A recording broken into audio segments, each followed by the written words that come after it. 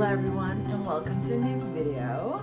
Today we're talking about the books I read in July. So Happy August by Taylor Swift. I plan on going to the beach today. In July, I read 11 books in total. That was the most amount of books I've read this year, even though in the beginning of July, it will be the month where I read the least amount of books. And it ended up being the most, so that's interesting. I had a really good reading month in the sense of the ratings as well, because most of the books I've read were over 4 stars and over 4.25 stars, like very good. So let's get into it. I'll go with the chronological order. I unfortunately only read one arc this month, which is sad, and I only read 3 physical books this month because most of them were when I was in Turkey, and I read most of it from my Kindle. The first book I read in the month of July was Gold Coast Dilemma by Nana Malone. It's a contemporary romance about Ofosua. In the prologue, we see how she's an intern at this publishing house. At this first event, she kisses a dude and she never sees him again, kind of. And then in the first chapter, we see her at her wedding, but that does not happen since the guy cheats on her. So we go back to the publishing house. This is in the first 2-3 chapters, so it's not a spoiler. After 2 years later, I think, we see how she's working at the publishing house still as not an editor, but I think junior editor, something like that. And we also find out that shortly after the kiss with that, when she was an intern, she had found out that the guy was actually the heir to the publishing house. They act like they don't know each other, and they're kind of annoyed at each other. I really enjoy this one. First of all, at the beginning of each chapter, there was kind of a Ghanaian saying, and what her mom interprets it for, or how she uses that saying, exactly that word in a sentence. And sometimes you also saw how her father used that same sentence, and it's so funny at some points. Sometimes it's also like makes sense, and that was, I think, very funny. And then also the amount of racism you saw in the publishing industry is kind of also what has been talked about in the Instagram bookstagram community, because of how BIPOC authors don't get the same marketing as white authors and how they're kind of underrepresented in the book community. So we saw this happening in the publishing industry, which I enjoyed a lot. It was refreshing to finally see what is going on there. This book can be, I think, categorized as a slow burn, since apart from the prologue, the first kiss kind of happens 70% into the book, which I love. You kind of see how they work as an interracial couple. Love this book. I very much enjoyed it. Anyway, the second book I read, this was very random. I always saw good reviews of people reading this book, but I kind of never thought I'd read it because short books are not really my thing. I rather read thicker books than short books. But the next book is Open Water by Caleb Azuma Nelson. And this book was beautiful. This book was incredibly beautifully written. It's also written in second person narrative, so it's kind of weird. I think it was the first or second book I've ever read that was written in that narrative, but I think it kind of made it better in a way. But the only thing I can say, the quotes were beautiful. That love story was beautiful. And it's a romance, but you can also see how it is to live as a Black person in London. The next book I read this month this was on my yearly TBR, and I am so glad I read it. It's The Collected Regrets of Clower. It's kind of cozy, awkward fiction like Frederick Bachman, or I don't know the author, but Remarkably Bright Creatures. It was so cozy. I wrote that it took me a while to get into this book, but okay, so I also did a reading vlog for this one, like not specifically for this one, but a reading vlog where I read this one. But our main character is a death doula, and she becomes that after her grandfather passes away, with whom she lived the most of her life. The book goes between the present and the past with her grandfather, and we keep on reading how they, for example, have these Sunday traditions and how she interacts with her grandfather. And that was so cozy and so adorable. It really reminded me of Gilmore Girls, of the amount of coziness it had when it went back to the past. And I also love a book like talks about grief, and this one also did so well. She kind of handles a lot of grief in our daily life as well while working. She also is a very socially awkward person. So we see how she improves herself and gets more extroverted. Not specifically extroverted, but she goes in a few dates or she meets some new people, goes on new adventures kind of, and that's so adorable to see. There is some love stories happening as well in the book, so very cozy. If you want a book that's kind of similar to like A Man Called Ove, Anxious People, Remarkably Bright Creatures, I think you would love this one. Then the next book I read was 5-star. It was a 5-star. It's One Golden Summer by Carly Fortune. When I started that book, I felt like, I was like, am I reading the right book? Because the beginning was kind of like, I didn't really understand the connection, and I also hadn't read the plot, but I only started reading it because I was kind of in a reading slump, and I thought, why not read a book that everyone raves about? Like I haven't heard any bad ratings about that book. And I started reading it, and I freaking loved it. Like I said, 5 stars. It's about Alice. She's a photographer, and her grandma used to come to this specific Barry's Bay with their friends. And after her grandma kind of breaks her hip and she kind of gets burnt out of her photography work, they decide to go to Barry's Bay and stay there for the summer. And they meet Charlie, who helps the cottage. And oh my god, if you are a person who loves acts of service, you will love this book. This guy does everything for her. Like, everything to make her happy. As long as she's happy, he's happy. Yeah, it was so cozy. I did not want to leave that place. I literally felt like I was watching the movie. It was, yeah, I didn't want to leave. I didn't want the story to end. I felt like I was there with them. It was so incredibly cozy. Sorry for the angle change a bit. I felt like you were not seeing enough of me. What I wrote is how because she's a photographer, she kind of sees the world through photography, which I love because I also adore photography. And I loved it. And also this book talked a lot about nostalgia because were trying to like spend a summer where they felt like they were 17 again. And it was pure nostalgia, pure coziness. I don't know, it was perfect. It was perfect. And I am going to be buying that book. I couldn't find it the last time. The next book I read was Before I Let Go by Kennedy Ryan. Before I Let Go is also a book where I did not really hear bad reviews of. And I thought, why not read it? Very randomly, did not have any reason. I always had the book in the back of my mind, but I've never read it. Maybe it was also because I just don't like sad books where you really talk about the sadness and not ignore the sadness.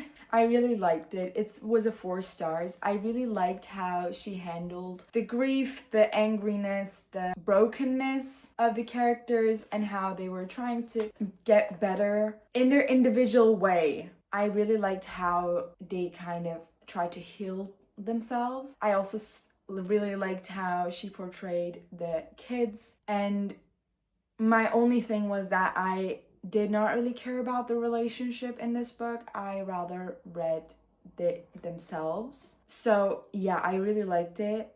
but not the relationship itself. Like, I did not really care about the relationship itself. I rather cared about characters. Everything that I've read so far is over 4 stars. The next book is Kindred by Octavia E. Butler. Like I said, I rambled about her in my last vlog as well, and I really cannot understand how this woman is not more known. So many people I know haven't, like, maybe have heard of her books, but I've never read her, which is such a shame because she wrote these books in the 80s, 90s, and she has dystopian books. She has time traveling books. Like, Kindred is about time traveling. And the fact that she's not known is so sick, so sick. I really liked her writing. It was very easily readable. You understand the messaging beneath this because she's very direct. She's not trying to write it pretty. She has this commentary on racism, slavery, and complicated relationship between the slave and the slaveholder. My only problem was just the abrupt ending. That's why I gave it 4.25 stars. I will be reading more of her books, that's for sure. I would definitely recommend. Like, Octavia Butler, I don't think you can do anything wrong with selecting her as your next read. The next book I read was also a book. This month is, I think, full of books I never thought I would read. This next book is The Hunger Games by Suzanne Collins. I have never read The Hunger Games before. I've only watched the first movie. I was never a Hunger Games person. I did not really care. I was more of a Divergent person. I also said that in the last vlog, I think. And one day we just, with my friends, decided to do a buddy read very randomly. And I read it. Even though I did enjoy the writing and the storytelling because it's pretty easy because it's YA. Like, I did enjoy it. I gave it 4 stars, but I don't think I enjoyed it to its full potential because I did not care about games. I don't want games in the book. I don't want them. I just get bored in the games. I want the politics. Give me a bit more of the, like, politics. I love how they have, like, commentary on whatever. In this book, there was a lot of commentary, which I enjoyed, which I very much enjoyed, but I just don't care about them being games. I might listen to the audiobook of the second book so I can read the third book because apparently that's about the rebellion, which probably everyone of you knows here. Yeah, I enjoyed it, but I did not enjoy it to its full potential. Until this point, the 7 books of 11 I've read in the month of July were over 4 stars. Anyways, then the next book I finished was Aftertaste by Daria Lavelle. I had gotten this as an e-arc, but then it took me so long to read the book that I just decided to listen to it as an audiobook because I did not really care about reading it, and I mainly read it so I could review it. Like, I barely cared about this book. I don't know, it's just, it had an interesting plot, but I just did not care. That's the only thing I will be saying. I gave it 3 stars because as long as I don't despise it, don't want to give it less than 3 stars, which is, I guess, understandable. Yeah, we're ignoring that book. Then the next book I read was The Davenports. Like, completely forget that I do have some of the books physically, for example, Hunger Games. So the next book I read was The Davenports. This book is a historical romance, better said, about 1910s in Chicago, about a rich Black family and their love story. Olivia, the oldest sister, Helen, the youngest sister, Ruby, a friend of the family, and Amy Rose, the maid of the family. I went into this book with different expectations. I thought every book of these would be about one person of the group, but rather than that, it was about all the girls at the same time, and there's a series. So I already knew when I was in the first 50 pages that would be annoying me, and that would conclude in a very expected way because it's a series and it's about all of the girls at the same time. So I did not really go in with high expectations. This is for the fans of Bridgerton. It did really, like, I enjoyed my reading experience, but it felt unnecessary. The whole concept felt unnecessary for me because I did not want to read the whole series. Like, I did not care about the whole series.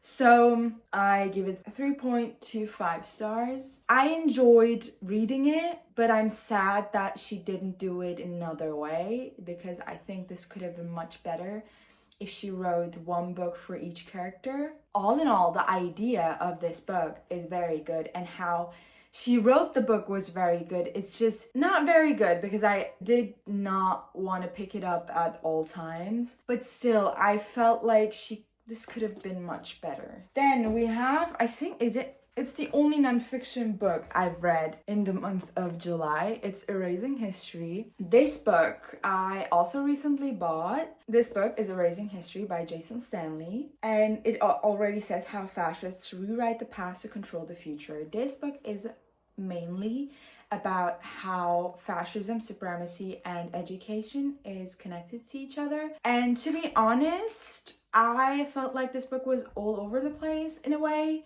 even though I did, for example, find so many new terminology about right wing, but still at many points I was like, I kept forgetting where we were supposed to be, what we were talking about, because I felt like he kind of talked about, like, he went on a rant kind of about a specific thing, but then I lost the point because I was like, what are you talking about now? What is our topic? At one point, there was also information about like classical education that right-wing politicians like to use, and that went a bit too much into philosophy in my opinion, and I don't really care. Even though I get his message that the ideas in classical education can be misused for right-wing politicians' advantage, but still, like, the way he described after a while was a bit too much. I felt like he did a good job explaining it, but kind of gave too many examples that you were kind of out of the loop after a while.